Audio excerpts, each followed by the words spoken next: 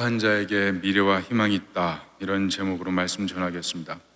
지난주 캘리포니아주에서 등산을 하다가 길을 잃은 백인 남성 이야기가 토픽으로 올라왔습니다. 왜냐하면 무려 10일 동안 물과 산딸기만 먹으면서 버텼기 때문에 그렇죠. 왜 제가 이 소식을 주목했냐 하면 이 남성이 등산을 모르는 사람이 아니었다는 겁니다. 등산을 좋아하던 사람이었어요. 그런데 친구 집에 갔다가 옆에 등산로가 있다 그래서 갔는데, 이 등산로가 뭐 그렇게 험한 지역이 아니라서 아무것도 가지고 가지 않은 거예요. 뭐 손전등, 뭐 긴급 상황에 쓸 물건 아무것도 가져가지 않고 나갔는데, 가보니까 화재로 인해서 등산로가 다 바뀐 거예요.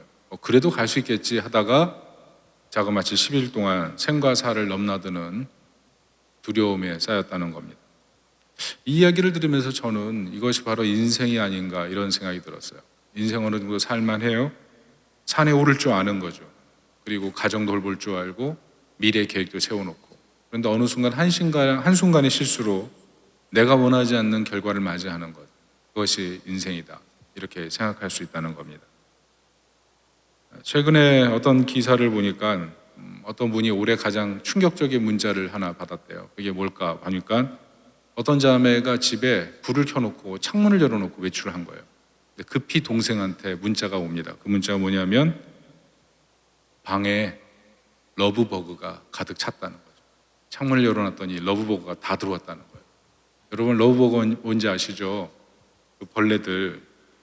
그래서 그게 자기가 올해 겪은 가장 충격적인 문자였다, 뭐 이런 얘기를 합니다. 저는 그게 얼마나 충격적인지 조금 알아요. 왜냐하면 교회에서 성경 공부를 밤에 하고 있는데 갑자기 느낌 이상해서 천정을 봤더니 천정에 러브버그가 가득하더라고요. 그러니까 교회 청소를 하면서 잠깐 테라스 문을 열어놨는데 그 테라스 문을 연 사이로 러브버그가 다 들어와서 천정에 가득 메운 거죠. 아연실색했는데요. 우리 인생은 이렇게 내가 생각지 않은 작은 실수들, 그런 실수들이 어떻게 보면 내 인생을 아주 그냥 힘들게 만드는 고난으로 이끌기도 한다는 겁니다. 그래서 우리 현대인들이 중요하게 생각하는 게 준비하자. 제가 목동에 와서 배우는 게 있다면 아이들에게 항상 준비시키는 거예요. 선행학습. 그래서 뭐 중학교 1학년이 되면 중학교 3학년까지 끝내고, 중학교 3학년이 되면 고등학교 3학년까지 끝내고, 이런 선행학습을 한 번, 두 번, 세 번, 네 번 반복하는 것. 그게 목동 지역의 폼인 것 같아요. 그래서 목동 지역에 사는 어떤 부모님들은 공부가 인생의 다가 아니야 라고 생각하지만, 자신의 자녀와 전혀 다른 길로 가고 있는 아이들을 보면서 나도 모르게 내가 지금 실수하는 것 아닌가, 이런 마음의 조바심으로 살아갈 때가 굉장히 많다는 거죠. 그런데 우리가 겪는 인생의 문제는 뭐냐면, 당연히 될 줄 알던 일들도 안 되는 일이 인생에 비일비재한다는 것입니다. 내가 실수하지 않은 것마저 때로는 내가 책임을 져야 되는 그런 고통의 현장이 바로 인생이라는 거죠. 그래서 그때 믿음 있는 사람들이 생각하는 것이 무엇이냐면, 과연 하나님의 인도하심이 내 인생에 존재하는가, 이런 거 묻게 되죠. 특별히 초신자들, 믿음 생활 이제 막 발걸음을 시작했는데 자신의 인생이 안 풀리는 현실을 바라보면서 하나님이 정말 나에게는 존재하시는 하나님인가라는 그런 궁극적인 질문을 하게 된다는 겁니다. 결과가 어때요? 이런 일이 계속 반복되다 보면 영혼이 너덜너덜해져 버리는 거예요. 영혼이 너덜너덜해져 버려요. 특별히 오늘 예배가 인생의 여러 경랑 속에서 영혼이 이렇게 너덜너덜해질 만큼 아프고 힘든 과정을 겪고 있는 분이 있다면 하나님의 위로가 임하는 은혜의 시간 되기를 축복합니다. 오늘 이 말씀을 들으는 이유가 무엇이냐면, 오늘 예레미야가 바로 이 고통의 시간을 보내고 있기 때문에 그래요. 오늘 14절, 18절, 오늘 예레미야가 뭐라고 합니까? 14절 같이 읽어볼까요? 내 생일이 저주를 받았다면, 나의 어머니가 나를 낳던 날이 복이 없었다면, 내가 태어나지 말 것을 차라리 어머니 뱃속에서 그냥 끝났으면 좋았을 텐데 라는 그 고백, 이게 바로 예레미야의 탄식이었던 거죠. 얼마나 힘들었으면 그러겠습니까? 여러분, 예레미야가 누구냐 하면 베냐민 땅 아나도 출신의 제사장 가문의 아들이에요. 청년 예레미야. 자그마치 이 예언을 시작으로 해서 41년 동안 이 남유다에서 활동했던 영광스러운 사역자입니다. 그런데 우리가 인상적인 것이 무엇이냐면, 이 아나돗이 어디인가 하면 남유다가 아니라 북이스라엘 땅이라는 거죠. 그리고 이 아나돗이 어디냐 하면 솔로몬 왕 때 폐위된 제사장, 대제사장이 아비아달인데 아비아달의 고향이 아나돗입니다. 하나님께서 솔로몬에게 왕위를 주신 다음에 솔로몬이 제일 먼저 했던 것이 자기를 반역했던 그 아비아달에게 너의 짐을 싸서 고향 아나돗으로 돌아가라. 이게 솔로몬의 명령이었거든요. 그러니까 이 아나돗이 어떤 곳이냐 하면 아비아달, 명예를 잃어버린 아비아달의 후손들이 사는 곳, 그 제사장들이 사는 곳, 그게 북이스라엘의 아나돗이었어요. 그래서 여기서 선지자가 나왔는데 바로 예레미야. 그렇다 보면 이 아비아달의 후손, 명예를 잃어버린 제사장 가문, 그게 바로 예레미야 가문인 거죠. 오늘 그 예레미야 가문에서 예레미야가 하나님의 부르심을 받고 서 있는데 도리어 이 고백을 하는 거예요. 어떤 고백입니까? 왜 나는 태어나서부터 명예롭지 못한 대접을 받고 살면서 왜 나이 들어서 하나님의 영광스러운 부르심을 받았음에도 불구하고 이렇게 명예가 없는가? 이런 느낌 아니겠어요? 더구나 예레미야는 이사야하고 달라요. 우리 지난주에 이사야 살펴봤지만 이사야는 내가 여기 있습니다. 이런 어떻게 보면 좀 남성적이고 단호하고 용감한 외향적인 선지자였지만 이 예레미야는 내향적인 선지자예요.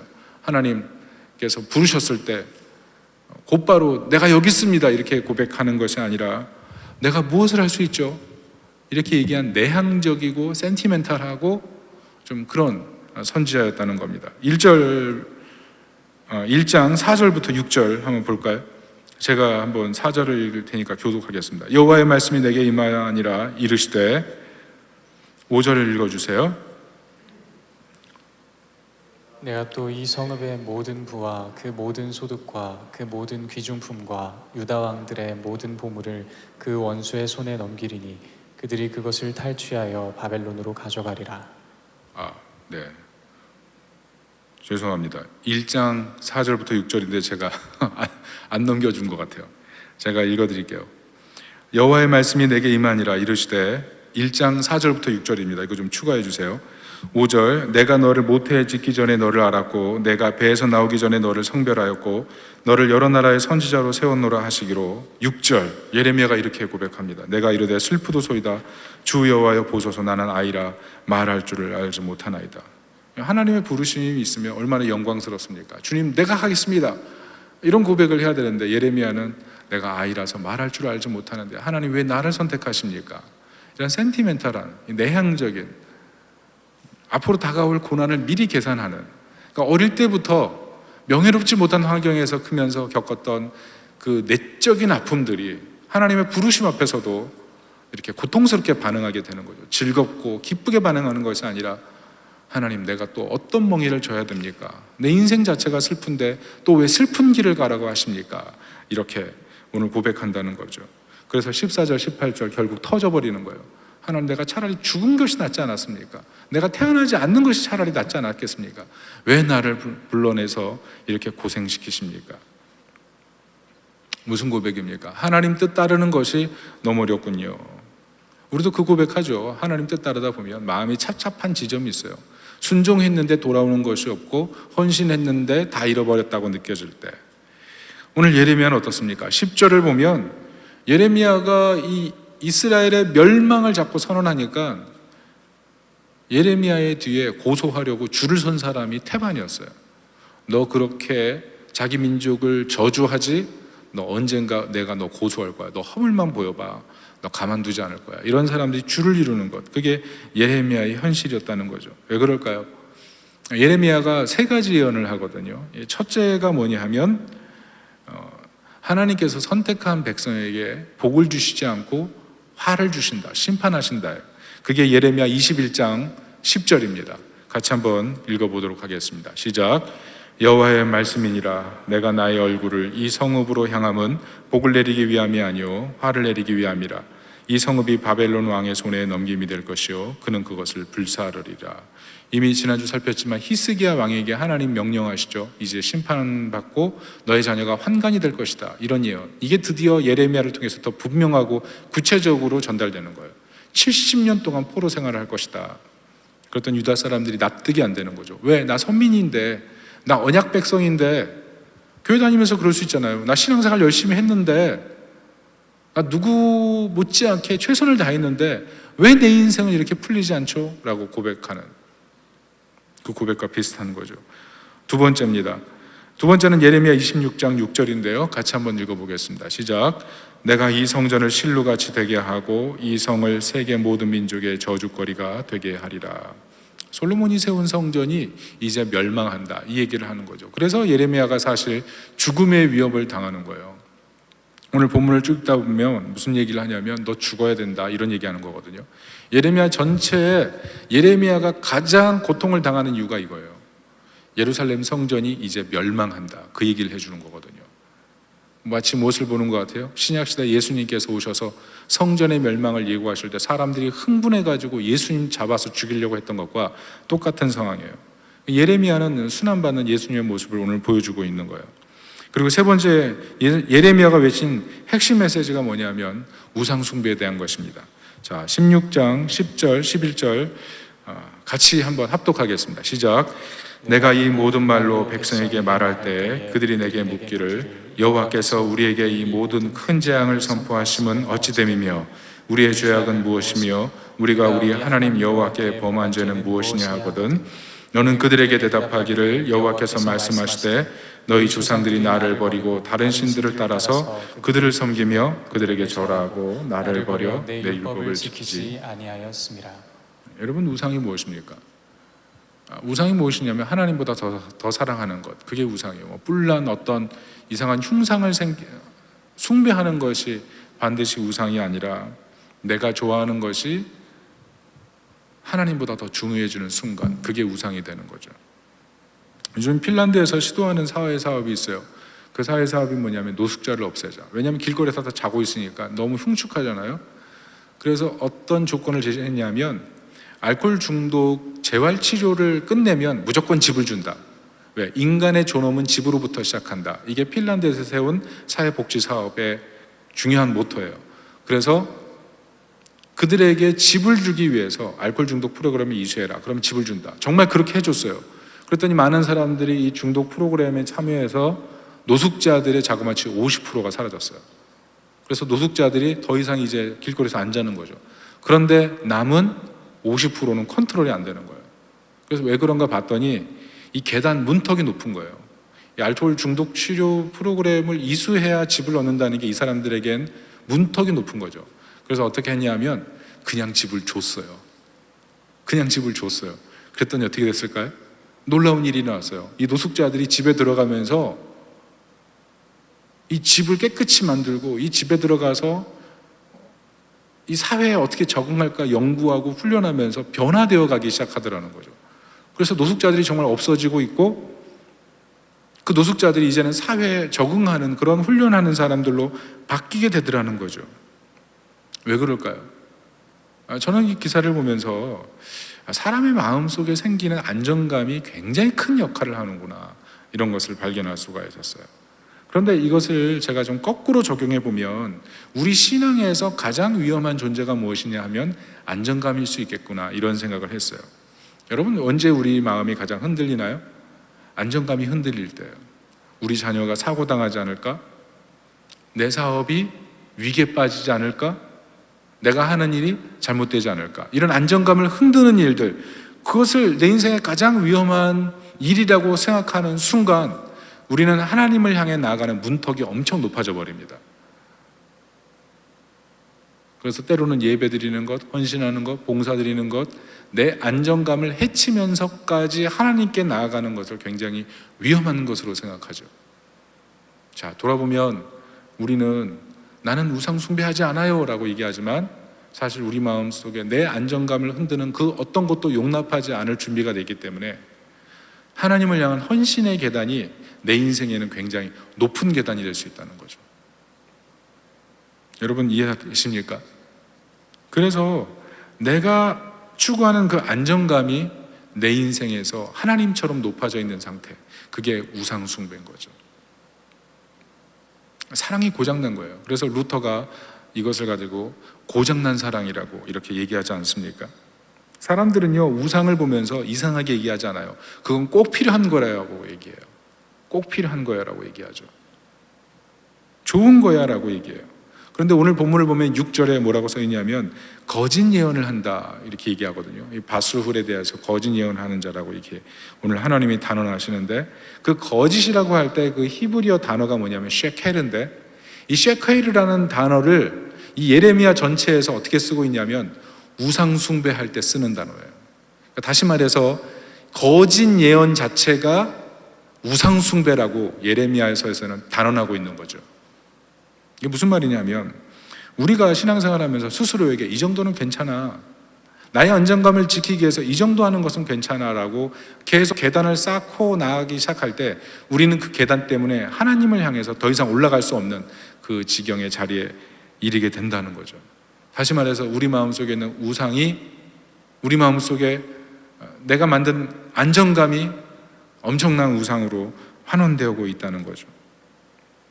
결국 오늘 문제는 뭐냐면 예레미야가 이 얘기를 한 거예요. 그랬더니 사람들이 듣기 싫은 거죠. 여러분, 제가 여러분에게 오늘 이렇게 얘기한다고 해볼게요. 오늘 보니까 너무 예쁘시네요. 옷을 참 예쁘게 입고 오셨습니다. 오늘 보니까 참 오늘 늠름하십니다. 이렇게 얘기하면 다 저를 쳐다볼 거예요. 그런데 제가 여러분을 보면서 아니 어떻게 그럴 수 있습니까? 예배 시간에 어떻게 늦을 수 있습니까? 예배 시간 어떻게 졸 수 있습니까? 이렇게 얘기하면 저를 쳐다보지 않을 거예요. 부담스러워가지고 목사님 오늘따라 왜 그래? 그런데 예레미야가 이 후자편에 서서 계속 책망을 한 거예요. 그랬더니 예레미야의 얘기가 듣기 싫은 거죠. 그러니까 고소하고 싶은 거죠. 이게 예레미야가 당면한 고통이에요. 하나님께서 원하는 얘기를 했는데 사람들은 나를 좋아하지 않는 거예요. 여러분, 거절감 느껴보셨어요? 거절감. 부모로부터 느끼는 거절감, 친구로부터 느끼는 거절감, 내가 어느 정도 수준에 다다르지 못하기 때문에 느끼는 그 거절감, 그 거절감이 우리 인생을 지배할 때가 있는 거예요. 오늘 예레미야가 이 거절감에 확 둘러싸여서 내 인생이 너덜너덜해진 느낌이에요. 내가 아무리 내 인생을 건강하게 쌓으려고 계단을 높이 쌓았음에도 불구하고 내 인생에는 안정감도 없고 세상 사람들이 말하는 속칭 성공이라는 것도 없고, 난 이게 뭐냐는 거죠. 열심히 하나님의 뜻에 헌신했는데 기도도 안 나오고 찬양도 안 나오고 감사도 안 나오고 미치겠다. 이게 예레미야의 고백인 거예요. 결국 무슨 고백하게 될 거예요? 하나님 뜻대로 하다가 망하는 것 아니에요? 이런 고백하지 않겠습니까? 하나님의 뜻을 어떻게 합니까? 하늘은 스스로 돕는 자를 돕는다는데 내가 열심히 그냥 노력하면서 하는 게 더 낫지 않습니까? 이렇게 고백하게 되지 않겠어요? 그때 우리가 하나님 말씀을 잘 귀 기울여 봐야 돼요. 골로새서 4장 12절입니다. 우리 같이 이 말씀을 한번 붙들고 오늘 이 말씀의 핵심의 어떤 구절이 되겠는데요. 같이 한번 읽어봅니다. 시작. 그리스도 예수의 종인 너희에게서 온 에바브라가 너희에게 문안하느니라. 그가 항상 너희를 위하여 애써 기도하여 너희로 하나님의 모든 뜻 가운데서 완전하고 확신 있게 서기를 구하나니. 아멘. 안전하고 확신 있게 서라. 이게 에바브라의 기도였어요. 왜? 세상을 살다 보면 영혼이 너덜너덜할 때가 있거든요. 이 하나님의 뜻을 따라 사는 것 자체가 내 인생에 버겁게 느껴질 때가 있거든요. 하나님 뜻을 따랐더니 성공하지 못해서, 하나님 뜻을 따랐더니 도리어 망신되는 일이 있어요. 내 인생의 계단을 쌓아 올렸는데 하나님께서 내 인생의 계단을 어느 순간 무너뜨리는 그런 경험을 하나님이 하시는 것 같은 그런 느낌을 받을 때가 있다는 거죠. 그런데 그때 완전하고 확신 있게 신앙생활 하라. 이것을 놓고 에바브라 디도가 계속 기도했다는 겁니다. 왜? 하나님의 인도하심을 받아서 살아가는 그 길, 그게 가장 안전하고 영광스러운 길이라는 것을 오늘 얘기하고 있는 거예요. 그래서 고난에 흔들리지 말라는 거예요. 고난에 흔들리지 말라. 오늘 예레미야가 많이 흔들렸어요. 오늘 1절에 보면 성전에 바수리 있죠. 성전 총감독 어떻게 합니까? 예레미야가 예언하니까 데려다가 때리죠. 어떻게 때렸는지는 잘 모르겠어요. 하여튼 매를 때린 것 같아요. 아니면 뭐 손으로 때렸든지 몽둥이로 때렸든지 하여튼 때렸어요. 얼마나 자괴감이 들겠어요. 하나님 뜻을 따라 살고 있는데 매까지 맞으니. 그리고 목에다 나무고랑 채웠죠. 그랬더니 하나님께서 예레미야에게 그를 뭐라고 부르게 만들어요? 마골 밉사빕. 이게 무슨 뜻이냐면 공포. 이게 무슨 공포냐면 예레미야를 공포로스럽게 해서 만들어서 공포가 아니라 너 앞으로 예레미야 공포스럽게 만들었지? 너 인생이 공포가 될 거야. 너 하나님의 뜻을 왜곡시키고 네 마음대로 행동하려고 하지? 내가 철저하게 너를 응징해 줄 거야. 그래서 사람들이 너를 보며 공포가 뭔지 알게 할 거야. 이게 하나님의 고백이죠. 하나님의 선언이에요. 그런데 현실에서 예레미야가 느끼는 게 무엇이냐면 하나님이 저 사람에게 마골 밉삽입이라고 얘기를 해도 내 인생이 마골 밉삽입 같은 거예요. 내 인생이 안 풀리는데 저 사람에게 하나님이 마골 밉삽입이라고 얘기해도 지금 내 인생이 마골 밉삽입 같으니까 예레미야가 나 그냥 없어졌으면 좋겠습니다.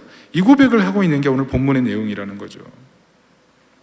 특별히 오늘 말씀을 들으면서 내 인생이 정말 그런 환경에 도달해 있는 분이 혹시라도 있다면 하나님, 내 인생이 오늘 예레미야와 같습니다. 나를 불쌍히 여겨주세요. 그 고백을 하면서 이 말씀 들으시기를 축복합니다. 자, 그렇다면 어떻게 이 문제를 해결해야 될까요? 하나님의 인도하심을 믿어야 돼요. 에바브라 디도의 고백처럼, 그 기도 제목처럼 확신 있고 안전한 길, 그게 하나님이 인도하시는 길이라는 사실, 그것을 믿음으로 고백하며 나가야 된다는 거예요. 이것을 조금 현대어로 바꾸면 자기 중심성에서 벗어나라, 이렇게 얘기할 수 있어요. 자기 중심성. 이게 무슨 말이냐면 하나님을 내 인생의 계산에 좀 집어넣으라는 거예요. 뭔가 앞길을 계획할 때 하나님의 인도를 따르는 길이 가장 지혜로운 길이라는 사실을 좀 믿어드리라는 거예요. 내가 옳다라고 생각하지 말고 하나님이 주시는 길이 가장 옳다라고 고백하라는 거예요. 왜? 등산의 길을 알아도 정상에 도달하지 못할 수 있으니까. 길을 잃어버리는 것, 그게 순식간에 일어나는 일이기 때문에 하나님의 인도를 따라가는 길, 그게 정상에 도착할 수 있는 유일한 길이라는 사실을 고백하라는 거예요. 내가 옳다, 내가 세운 계획이 가장 맞다, 이 생각을 하기 이전에 하나님을 먼저 인생의 계산에 집어넣는 것, 이게 자기 중심성에서 벗어나는 길이라는 거예요. 왜냐하면 예레미야 17장 9절에 이렇게 나오거든요. 같이 한번 읽어보도록 하겠습니다. 예레미야 17장 9절 시작. 만물보다 거짓되고 심히 부패한 것은 마음이라 누가 능히 이를 알리오마는. 마음이 문제라는 거예요. 마음이. 그래서 내 생각이 아무리 지혜롭고 내가 아무리 이성적으로 합리적인 판단을 하고 감정적으로 흔들리지 않는 절대적인 안정감을 갖고 있다 할지라도 올바른 선택을 할 수 없다는 거예요. 그러니까 너무 머리 쓰지 마라. 하나님 말씀을 붙들고 하나님의 인도하심을 받으려고 하는 것이 인생에서 가장 올바르다, 그 얘기를 하는 거죠. 특별히 하나님의 인도하심이 뭡니까? 사람들은 하나님의 인도하심을 직접적으로 막 계시를 받고 어디로 가라, 어디로 가면 부자 된다, 이렇게 사인을 확실하게 받으면 그게 하나님의 인도하심이라고 생각해요. 물론 직접적으로 하나님 그렇게 하실 때가 있습니다. 로또를 사라 이렇게 말씀하시지는 않겠지만, 그러나 사인을 주실 때가 그렇게 기적적으로 나타날 때가 있죠. 그러나 대부분 하나님께서는 그렇게 하지 않으세요. 어떻게 하시냐면 그리스도를 따라가는 길로 하나님이 인도하십니다. 그게 핵심이에요. 잊지 마세요. 그리스도를 따라가는 길, 거기에 하나님의 인도하심이 있는 거예요. 이게 무슨 말이냐면 하나님의 뜻을 따르기 위해서 항복하는 것, 여기서 하나님의 인도가 시작된다는 거예요. 하나님이 옳습니다. 나는 내 뜻을 내려놓고 하나님께서 원하시는 길을 먼저 선택하길 원합니다. 하나님 뜻이 무엇인지 알려주세요. 항복이죠, 항복. 여러분, 주일 예배 오기 전에 여러분 어떠셨나요?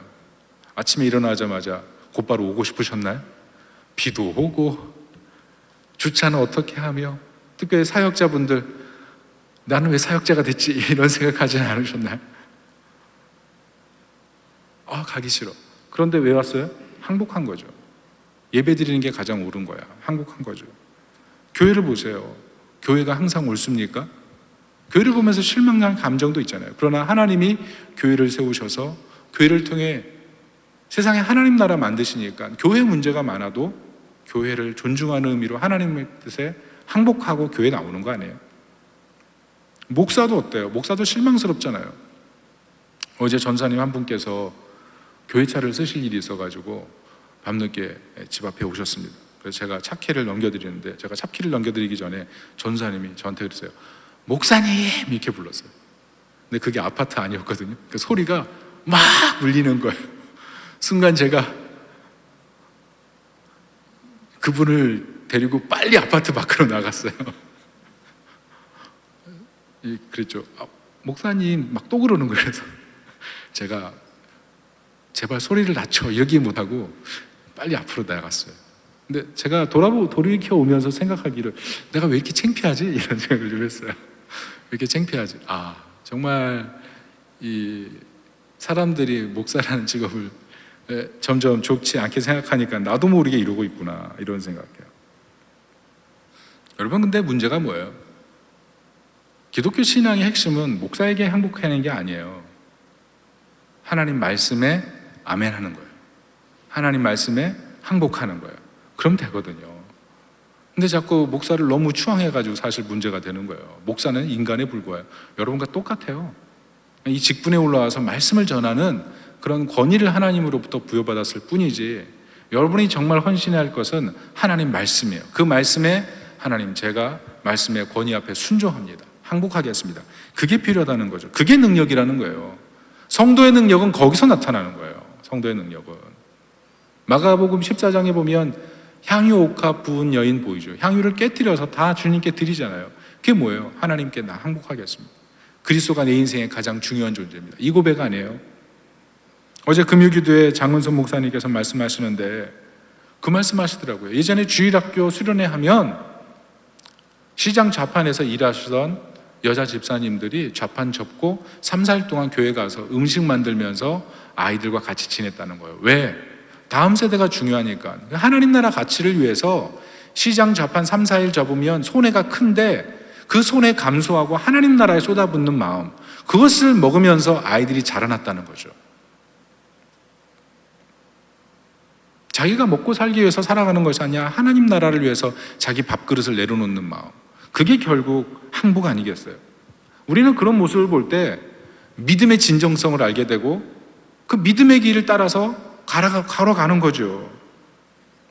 여러분, 우리가 그런 깨트림이 있고 그런 항복이 있는 그리스도를 따르는 하나님의 사람 되시기를 예수님의 이름으로 축원합니다. 그리고 하나님의 인도는 오래 참음이에요. 오래 참음. 여러분, 하박국 얘기 이제 좀 있으면 읽을 텐데 우리가 1년 걸쳐서 이제 성경 읽고 있잖아요. 하박국 얘기 핵심이 뭐예요? 하나님, 도대체 하나님의 공의는 어디 있나요? 얘기하는 거죠. 세상에 악이 창궐한데 하나님 도대체 계시기는 한 겁니까? 이런 하나님 앞에 막 따지고 드는 얘기죠. 그런데 이 하박국의 핵심이 뭡니까? 하나님의 공의는 내가 원하는 시점에 생기는 것이 아니라 하나님이 원하는 시점에 생기는 것, 그게 진짜 하나님의 공의인 거죠. 하박국이 그제서 깨닫죠.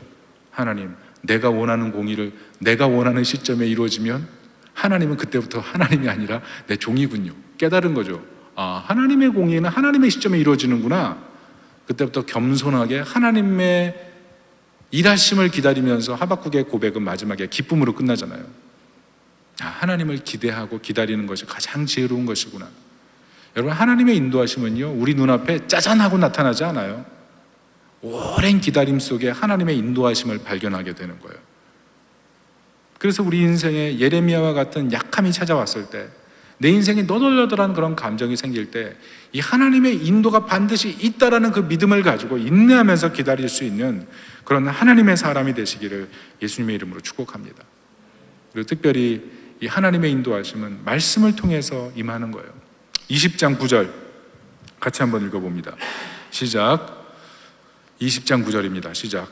내가 다시는 여호와를 선포하지 아니하며 그의 이름으로 말하지 아니하리라 하면 나의 마음이 불붙는 것 같아서 골수에 사무치니 답답하여 견딜 수 없나이다. 이게 무슨 말이에요? 다 포기하고 싶었어요. 근데 예레미야가 다시 힘을 내요. 하나님, 다시 하나님 말씀 전하고 싶지 않습니다. 내가 왜 이렇게 거절감 받으면서 신앙생활 해야 됩니까? 우리 집안에서 예수 믿는 사람 아무도 없습니다. 내 친구들 중에 예수 믿는 사람 아무도 없습니다. 나 혼자 신앙생활 잘한다고 해서 내가 사회생활 할 때 칭찬받는 것도 아무것도 없습니다. 왜 나 혼자 이렇게 신앙생활 하게 하셔가지고 외롭게 만드십니까? 이런 마음으로 고백할 수 있잖아요. 그런데 예레미야가 어떻게 일어나요? 내가 다시는 하나님의 뜻을 전하지 않겠습니다. 그렇게 고백하는데 마음에 불 붙는 것 같아서 견딜 수 없는 마음. 이게 왜 생겨요? 계속 지금까지 하나님 말씀 안에 거했더니 하나님의 뜻 안에 거하는 것이 가장 옳다는 것을 성령께서 계속 알려주시는 거예요. 그래서 비록 주변의 사람들이 예수 믿지 않고 교회 다니는 것이 어리석고 보인다고 말하는 세상이지만 그런 세상 속에서 그냥 세상과 똑같아지려는 그런 마음을 갖고 있을 때 하나님께서 우리 마음 가운데 그게 아니야. 네가 지금 가고 있는 길이 올바른 길이야. 그것에 흔들리지 마라고 얘기하시는 거죠. 그때 깨닫는 거죠. 아, 내가 가는 길, 이 길이 맞죠. 그게 말씀 안에 거하는 사람에게 나타나는 능력이에요. 그래서 때로 우리 인생이 너덜너덜해질 때 그때 하나님 말씀을 읽으면서 그 말씀에 붙들려 나아가는 하나님의 사람 되시기를 예수 그리스도의 이름으로 축복합니다. 결국 말씀에 사로잡히는 것, 그게 성숙이고 하나님의 인도 속에 거하는 거예요. 마지막으로 약함에 대해서 3가지만 살피고 짧게 살피고 오늘 말씀을 정리하겠습니다. 오늘 예레미야의 약함이 등장했습니다. 말씀 붙들고 예레미야가 다시 일어나는데요, 만약 우리에게 예레미야의 이런 고통이 우리에게 임한다면 누구도 예레미야의 자리에 들어가고 싶지는 않을 거예요. 왜? 우린 약함이 싫으니까. 사업이 안 되는 것도 싫고 짝이 없는 것도 싫고 내 수중에 돈이 부족한 것도 싫고 내가 사람들에게 인정받지 못하는 것도 싫고. 약함이라는 건요, 우리 삶에 참 불편한 거예요. 그런데 오늘 예레미야를 하나님이 쓰시는 방법은 약함이었어요. 철저하게 약함을 통해서 하나님이 아름답게 쓰셨어요. 여러분, 외적인 강함이 좋은 것 같지만 그게 전부가 아니라는 사실을 잊지 마세요. 결혼할 때 보세요. 자매가 어때요? 오빠 여기 아파 이러면 형제가 피 흘림을 각오하고 자매를 떠받들여 줍니다. 오빠가 다 알아서 해줘요. 그러면 그 순간에 남자는 막 엔돌핀이 솟아요. 목숨을 걸 수 있어요. 그 순간. 근데 결혼하면 어떻게 돼요? 모계 사회로 변합니다. 가정이. 모계 사회로 변해서 집안의 중요 결정권이 다 아내에게 넘어가요. 남편 서열이 바닥이 되는 거예요. 우리 집안 얘기는 아니에요. 그러니 어떻게 됩니까? 형제들이 이제 피 한 방울도 안 흘리려고 그래요. 일부러 안 도와줘요. 왜? 아내가 너무 강하니까, 도울 자리가 안 보이니까, 자기 자리가 없는 것 같으니까. 그래서 자매들에게 권면하는 건요, 좀 약해지세요. 오빠 아파 이런 약함, 그게 가정의 사랑을 더 이루는 방법이에요. 형제도 너무 속상하지 않아요? 옛날에 그 청순했던 자매가 지금 없어요. 오빠 뭘 도와줄까? 그 자매가 지금은 없어요. 왜 멀어져요? 자매가 형제의 약함을 이해하지 못하는 거예요. 형제도요, 지쳐 있거든요. 인생을 살면서 가정을 부양하면서 지쳐 있거든요. 위로받고 싶어 하거든요. 그런데 위로받을 자리가 없는 거죠. 옛날에는 그 자신의 그 사랑했던 연인이 그렇게 위로해 줬는데 그 위로의 순간이 나타나지 않는 거예요. 예레미야의 내면 같은 거예요. 형제들의 마음이 너덜너덜해져 있는 거죠. 그런데 이 약함을 고백할 대상이 없다는 것, 이게 고통스러운 거죠. 무슨 말이에요? 약함이 고백되고 약함이 인정되는 순간 거기 아름다움이 있다는 거죠. 서로의 약함을 고백하고 그 순간에 사랑이 가득해지는 거예요. 하나님도 마찬가지예요. 우리의 약함이 고백될 때 하나님 일하세요. 예레미야처럼 하나님 나 죽겠습니다. 나 차라리 태어나지 않는 게 좋겠습니다. 이 고백을 할 때 하나님이 예레미야를 통해서 끝까지 그가 사명을 감당할 수 있도록 도와주시는 거예요. 약함은 우리 인생에 참 불편한 거지만 그러나 하나님 내가 약합니다. 나를 도와주세요. 그때 하나님이 일하시는 거예요. 결국 깨어짐을 통해서 하나님이 일하시는 거예요. 오늘 예레미야를 보세요. 다 깨졌잖아요. 예레미야가 하나님으로부터 받은 신탁이 뭔지 아세요? 너는 결혼도 하지 말고 자녀도 가지지 마. 이게 예레미야에게 주신 신탁이에요. 예레미야는 어릴 때 명예가 없는 선지자고 이제 하나님의 부름을 받았으면 자녀도 낳고 이스라엘에서 명망 있는 가문으로 새로 세울 수 있잖아요. 그런데 결혼도 하지 말고 자녀도 가지지 마. 이거 예레미야에게 진짜 꽝의 선택이에요. 꽝. 그런데 그 공고함 속에서 깨달은 게 뭐예요? 하나님의 곤고함이에요. 이스라엘을 그렇게 사랑하시지만 철저하게 외롭게 만드시고 철저하게 피곤하게 하고 철저하게 외롭게 만드는 이스라엘을 바라보면서 하나님의 마음을 가지고 그 사역을 감당할 수 있었다는 거죠. 교회도 보세요. 교회가 바뀔 때 우리 인생에 충격이 있습니다. 교회를 옮긴다는 게 쉬운 일이 아니더라고요. 저도 교회를 옮겨봤지만 그때 고통스러움의 과정이 있어요. 어떤 분이 그러더라고요. 교회에 다녔을 때 그 교회가 승리적인 그런 신앙을 가르쳐줬고 또 한 번 다른 교회로 옮길 때 거기서는 연단적인 신앙을 가르쳐줬다. 인생의 고난이 있고 그 고난 속에서 살아가는 법을 알려줬다. 틀이 다르잖아요. 틀이 깨져요. 그런데 놀라운 건 뭐예요? 이 틀이 깨지는 순간 신앙의 성숙이 일어나요. 이 틀이 깨지면서 성숙이 있어져. 성숙이. 오늘 예레미야의 마음이 다 깨졌는데 결국 그 사명을 감당할 수 있는 새로운 자양분을 얻어서 끝까지 나가잖아요. 나중에 시드기야 왕까지 만나고 애굽까지 들어가잖아요. 깨짐이 불편한데 이 깨짐을 통해 하나님 우리를 성숙시키는 거예요. 그리고 마지막으로 그래서 우리는 이 깨짐, 약함 이걸 너무 부끄러워하지 않길 바라요. 왜냐하면 약한 자가 되는 것이 도리어 하나님의 은혜를 발견하는 길에 들어가기 때문에. 오늘 예레미야가 7절, 11절, 12절을 보면 이 절망적인 탄식 속에 발견하는 게 뭔지 알아요? 7절을 보면 하나님 내가 이길 수 없는 분이구나. 11절 보면 하나님 정말 두려운 분이시구나. 12절 하나님 내 패부까지 다 살피시는구나. 그래서 하나님의 하나님 되심을 발견해요. 그러면서 철저하게 하나님을 의지하는 사람으로 완전히 바뀌거든요. 약함 속에서 발견한 그 하나님의 능력이에요. 그래서 하나님을 의지하면서 이 고난의 과정, 이 어려움의 시간을 통과하는 거죠. 약함이 우리 인생에 실어서 다 우리는 더 강하길 원하는데 하나님 방법이 약함이라면 여러분 어떻게 하시겠습니까? 근데 이 강함에 대해서 우리가 왜 조심해야 되냐 하면 힘을 키우면서 하나님을 잘 의지하는 사람은 세상에 별로 없어요. 그게 문제예요. 힘이 강해지는 순간 그때부터 자신이 모든 인생의 결정권을 부여하기 시작하죠. 돌아보면 내가 힘이 없을 때 의지했던 그 하나님과 동행하여 사는 삶이 더 행복했다는 사실을 깨닫게 돼요. 그래서 우리가 인생을 살면서 연습해야 될 것이 무엇이냐면 이 예레미야의 마음을 좀 알아갈 필요가 있어요.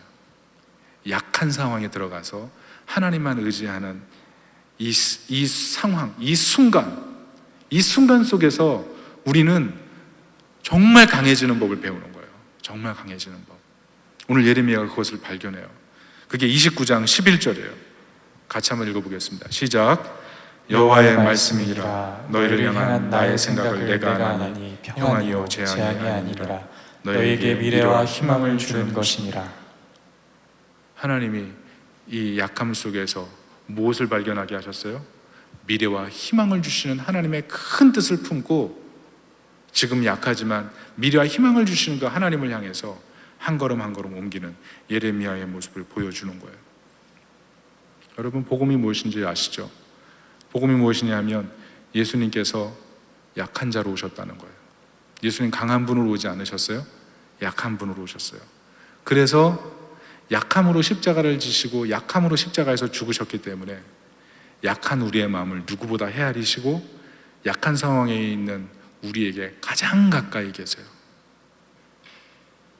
그래서 약함은 우리 인생에 때로 피곤하게 느껴지고 불편하게 느껴지는 자리지만 우리로 하여금 하나님의 능력의 강함에 완전히 사로잡히게 만드는 굉장히 큰 축복이에요. 특별히 오늘 말씀을 통해서 혹시라도 약함 속에 있었다면 내 약함 속에서 가장 강력하게 일하시는 그 하나님의 은혜를 붙들고 미래와 희망의 길로 나아간다는 그런 믿음을 가지고 나아갈 수 있기를 예수님의 이름으로 축원합니다. 아멘. 이 시간 같이 한번 기도하겠습니다. 이 시간 기도할 때 하나님 말씀을 붙들고 우리 인생의 고난의 길을 잘 걸어갈 수 있도록 도와주세요.